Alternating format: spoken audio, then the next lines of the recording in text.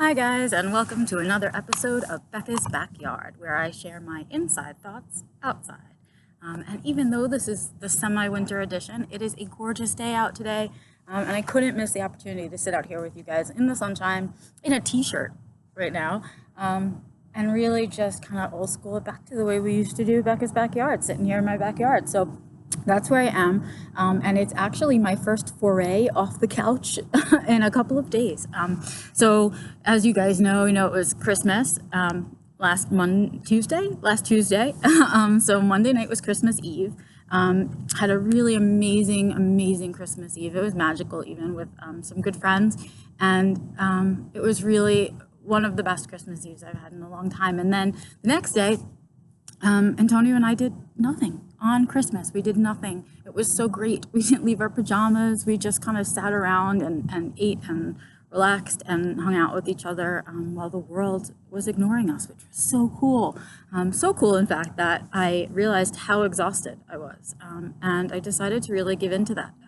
I think the days between Christmas and New Year's, when everyone is really involved in their families and their lives and the emails stop, it's a super good opportunity to just disappear for a little bit because nobody's really looking for you. So I did. I let myself disappear for a good couple of days there on the couch. I think I left my couch to go to the bathroom and the kitchen, and then eventually back to bed, because really it was just a matter of bed to couch for really a good couple of days. There's a danger in that for me, of course, because if that becomes too comfortable for me and I'm using it sort of as an escape mechanism for what's going on in the outside, that's a different subset of stories. But this was really a realization that I have some huge big things coming up in January to do. And I did some really big things in November and December of this year, and I'm tired. I didn't want to get up. I'm telling you, there was a no shower day in there. I just didn't feel like doing anything. And I just had to keep reminding myself that it's important to take that time. Important to take your recharge time.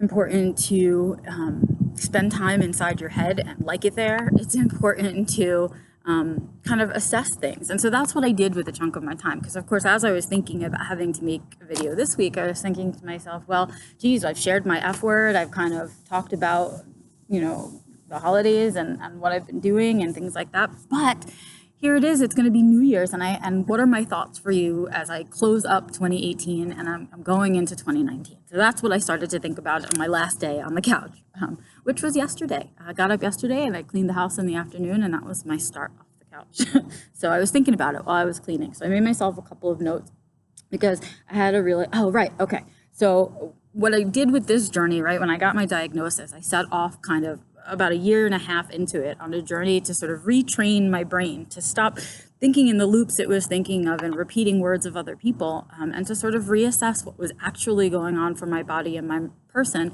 and to re-look at it through the lens of autism. And that was sort of the beginning of this self-assessment, kind of self-articulation journey that I've kind of been on since my diagnosis. And so that's what I was really, doing for many years leading up until last year. And I really think that I've mastered kind of that mindfulness. I think I've incorporated it so much into my thinking and into my daily life and into all the stuff that I really, almost everything that I do, that it's almost without thought that I have become the person that I've strived so hard to be. And that's not to say anywhere along the journey was it easy to learn gratitude and to accept the challenges and to know that they were put there as a learning lesson, right? And all of those things sounded like hoity-toity, like nonsense that people talked when my brain wasn't making sense of those things and my brain couldn't see it. So it took a little bit for me to get there, but now that I'm there, for sure, it's been a worthwhile journey.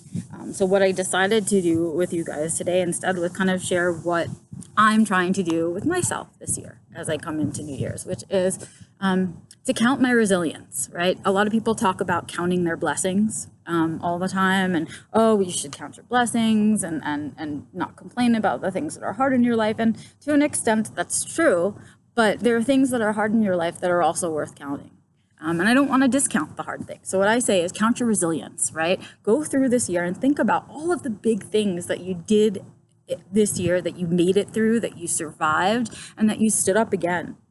the next day, right? Those are your resilient moments. Those are the moments you build on, because, you know, great things happen and bad things happen. But if you are a resilient person, no matter which way the universe is unfolding for you in that moment, you can really decide how it sits with you, right?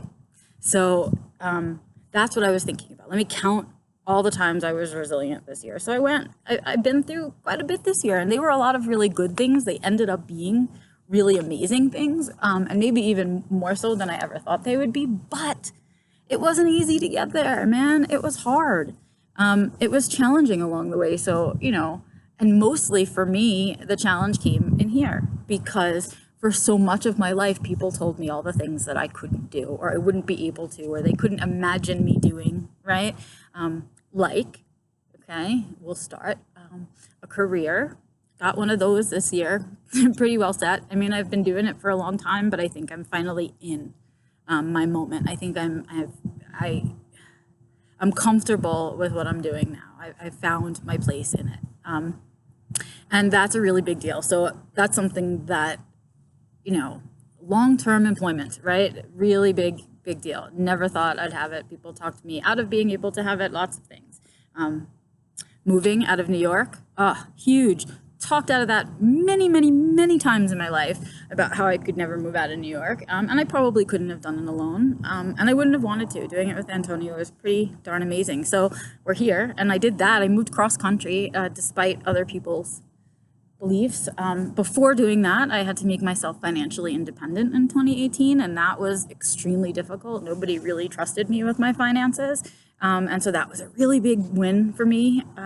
But it was challenging and hard and scary and all of the yuckies that come along with it, right? So was moving cross country. So was starting a new job. So was deciding to go back into nonprofit. So was, getting engaged, getting married. There are two things people told me all my life that would ever happen. No one would love me enough for that. No one would be able to stand me or put up with me enough to marry me. Definitely, that was a voice in my head. So having to talk myself out of those other people's voices and push past them and create my own voice this year was so important. Of course, following my big F word was a big deal. It's hard for me to not control things and just float along with the world and kind of make decisions as they land on me. But I did that this year, and despite it being the most frightening thing I've done personally, it felt great. It felt great to not feel tied to anxiety around every decision I was making.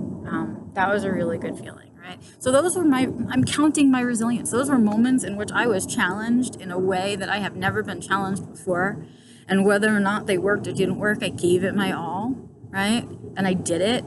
And if it fell apart or it changed along the way or I hit a challenge I didn't see coming, right? I got up because I know how to get up now, right? I've learned my resilience. So this year, what I'm saying to you is, before you go into 2019, before you throw yourself mercilessly in your new word for the year, whatever it is, and you're following your theme and your dream for the year, whatever it is, look at 2018 and say to yourself, what did 2018 teach me? Where was my resilience? How much resilience did I learn? Where did I learn it?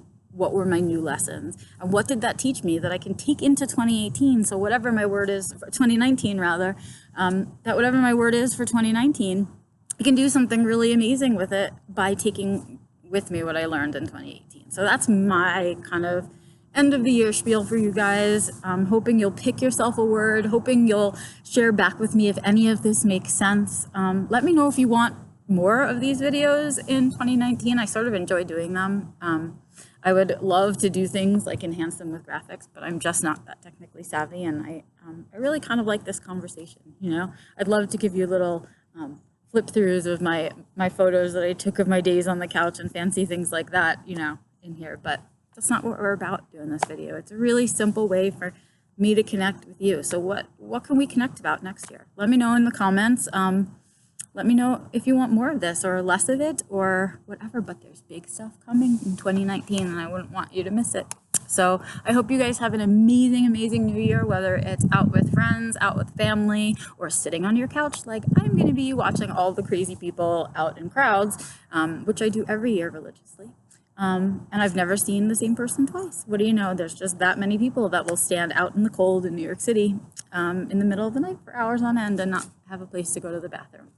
because that's the truth of Times Square and on New Year's Eve. But in any case, whatever you end up doing for New Year's Eve, I hope it's amazing. I hope you do something that's so true to yourself with this New Year's Eve that you wake up on the first day of 2019 and you're ready. You're ready to like hit the ground running. Because that's how I'm feeling. I'm feeling ready to write. I'm feeling ready to make more videos. I'm feeling ready to get out in the world and kind of share my journey with people.